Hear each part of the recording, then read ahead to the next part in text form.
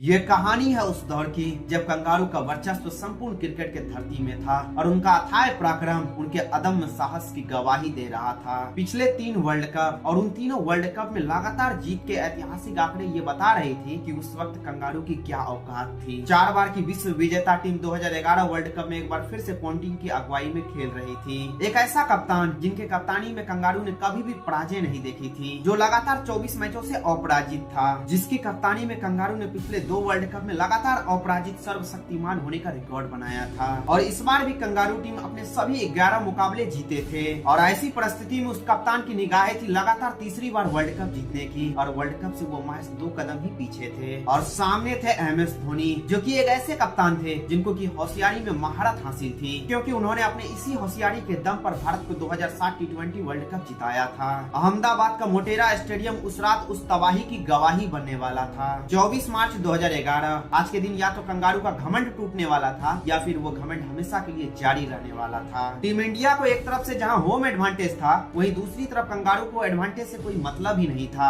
जिनके सामने होम किसी का भी हो, एडवांटेज तो उनका ही होता था। पिछले 3 वर्ल्ड कप से अपराजित कंगारू आज टीम इंडिया के समक्ष खड़े थे, और ऐसे हालात में उनके ये आंकड़े बता रहे थे कि होम किसी का भी हो, राज तो कंगारुओं का ही होता है। क्रिकेट कहीं पर भी हो, पिछले 3 वर्ल्ड कप से राजा हमेशा कंगारू ही होता था। और ऐसे ही हालात और इन्हीं बयानों के बीच में 2003 वर्ल्ड कप का वो हार हमारे आंखों के सामने बार बार आ रहा था। अहमदाबाद का मोटेरा स्टेडियम उस दिन घमंड के तबाही का गवाही बनने वाला था। नमस्कार दोस्तों, आप देख रहे हैं अर्जुन शर्मा के स्पेशल एपिसोड, कहानी अपराजय कंगारू के घमंड के सर्वनाश की। 24 मार्च 2011 वर्ल्ड कप 2011 का क्वार्टर फाइनल मैच। एक और जहां दिग्गजों से लैस कंगारू टीम थी, वहीं दूसरी ओर MS धोनी की नई नवेली टीम इंडिया। कंगारुओं के पास अपने रफ्तार से कहर बरपाते तेज गेंदबाज थे, तो बल्लेबाजी में एक निडर पराक्रमी बल्लेबाजी क्रम। वहीं दूसरी ओर कप्तान महेंद्र सिंह धोनी द्वारा तैयार की गई नई नवेली टीम इंडिया थी, जिनमें कुछ के पास अनुभव, पराक्रम और विश्व का सबसे कीर्तिमान खिलाड़ी होने का गौरव था।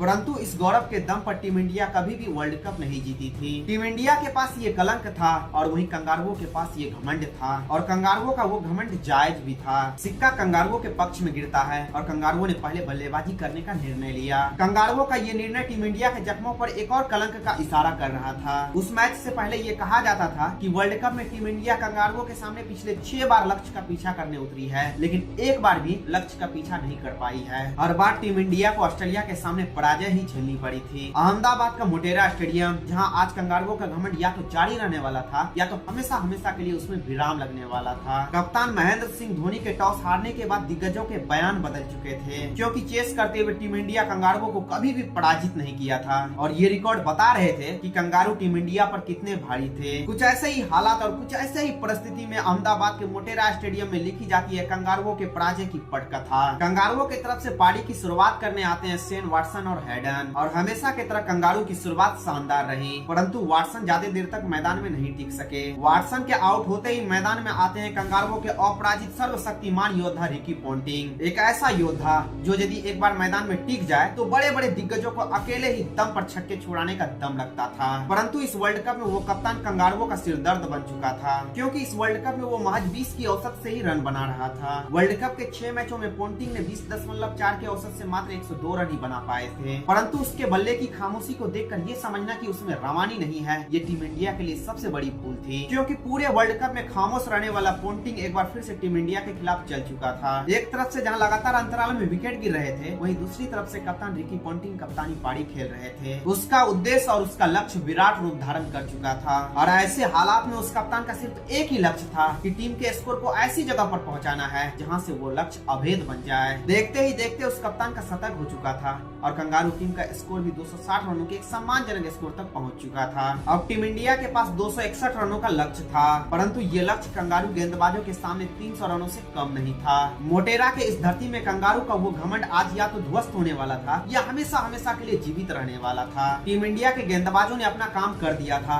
अब बारी थी टीम इंडिया के बल्लेबाजों की। टीम इंडिया की ओर से पारी की शुरुआत करने आते हैं सचिन और सहवाग। टीम इंडिया की शुरुआत कुछ खास नहीं रही, क्योंकि 44 रनों के भीतर ही टीम इंडिया ने सहवाग के रूप में अपना पहला विकेट खो दिया। लेकिन गंभीर और क्रिकेट का भगवान टीम इंडिया को संभालने का प्रयास करते हैं, परंतु सॉन्टेट का एक गेंद क्रिकेट के भगवान को भी पवेलियन का रास्ता दिखा देती है। ऐसे हालात में टीम इंडिया अपने दोनों ही ओपनर्स को खो चुकी थी। एक के बाद एक टीम इंडिया के विकेट गिर रहे थे। ओपनर्स के आउट होने के बाद गंभीर और विराट भी टीम इंडिया का साथ छोड़ चुके थे। 168 रनों के स्कोर पे इंडिया अपने 4 विकेट खो चुकी थी और अब अगले 101 गेंदों में टीम इंडिया को 93 रनों की जरूरत थी, जो कि असंभव नहीं था, परंतु कंगारू गेंदबाजों के सामने आसान भी नहीं था। 101 गेंदों में 93 रन बनाने के लिए क्रीज पर मौजूद थे टीम इंडिया का कप्तान MS धोनी और टीम इंडिया का जान युवराज सिंह, परंतु 187 रनों के स्कोर में टीम इंडिया का कप्तान भी टीम इंडिया का साथ छोड़ चुका था। अब आधे से अधिक टीम इंडिया पवेलियन पहुंच चुकी थी। अब संकट के बादल टीम इंडिया के सर पर मंडरा रहे थे। जो जीत पहले आसान दिख रही थी वही अब थोड़ी मुश्किल हो चुकी थी और ऐसे हालात पर टीम इंडिया के कप्तान अब टीम इंडिया के साथ नहीं थे